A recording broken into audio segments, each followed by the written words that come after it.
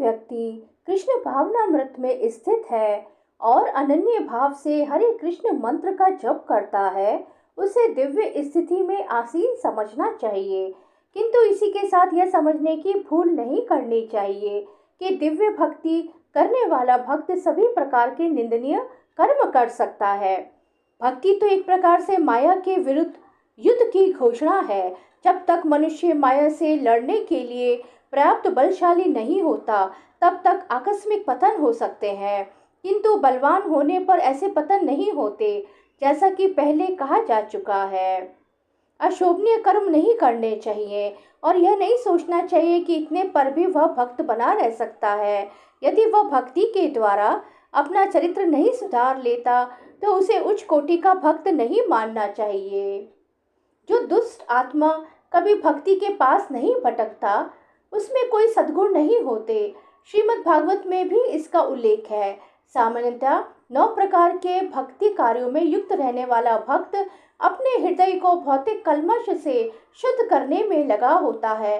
वह भगवान को अपने हृदय में बसाता है। फलतः उसके सारे पाप पूर्ण कल्मश धुल जाते हैं। निरंतर भगवान का चिंतन करने से वह स्वतः शुद्ध हो जाता है। वेदों के अनुसार ऐसा विधान है कि यदि कोई अपने उच्च पद पर से नीचे गिर जाता है तो अपनी शुद्धि के लिए उसे कुछ अनुष्ठान करने होते हैं, किंतु यहाँ पर ऐसा कोई प्रतिबंध नहीं है, क्योंकि शुद्धि की क्रिया भगवान का निरंतर स्मरण करते रहने से पहले से ही भक्त के हृदय में चलती रहती है। अतः हरे कृष्ण कृष्ण कृष्ण हरे हरे, हरे राम राम राम हरे हरे, इस मंत्र का अनवरत जप करना चाहिए। यह भक्त को आकस्मिक पतन से बचाएगा। हे पार्थ, जो लोग मेरी शरण ग्रहण करते हैं वे भले ही निम्न जन्मा स्त्री, वैश्य, व्यापारी तथा शूद्र श्रमिक क्यों न हो, वे परम धाम को प्राप्त करते हैं। इस तरीके से अर्जुन का जन्म ऋषि तुल्य राजकुल में हुआ था।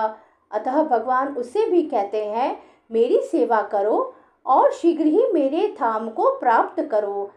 किसी को भी इस अनित्य संसार में नहीं रहना चाहिए, क्योंकि यह दुखमय है। प्रत्येक व्यक्ति को भगवान के हृदय से लगना चाहिए, जिससे वह सदैव सुखी रह सके। भगवत भक्ति ही एकमात्र ऐसी विधि है जिसके द्वारा सभी वर्गों के लोगों की सारी समस्याएं सुलझाई जा सकती हैं। अतः प्रत्येक व्यक्ति को कृष्ण भावनामृत स्वीकार करके अपने जीवन को सफल बनाना चाहिए।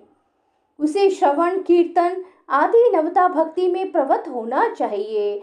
शुद्ध भक्ति मानव समाज की चरम उपलब्धि है। इस प्रकार श्रीमद् भगवद गीता के 9वें अध्याय परम गुह्य ज्ञान का भक्ति वेदांत तात्पर्य पूरा हुआ। श्री कृष्ण शरणम मम, श्री कृष्ण शरणम मम, श्री कृष्ण शरणम मम।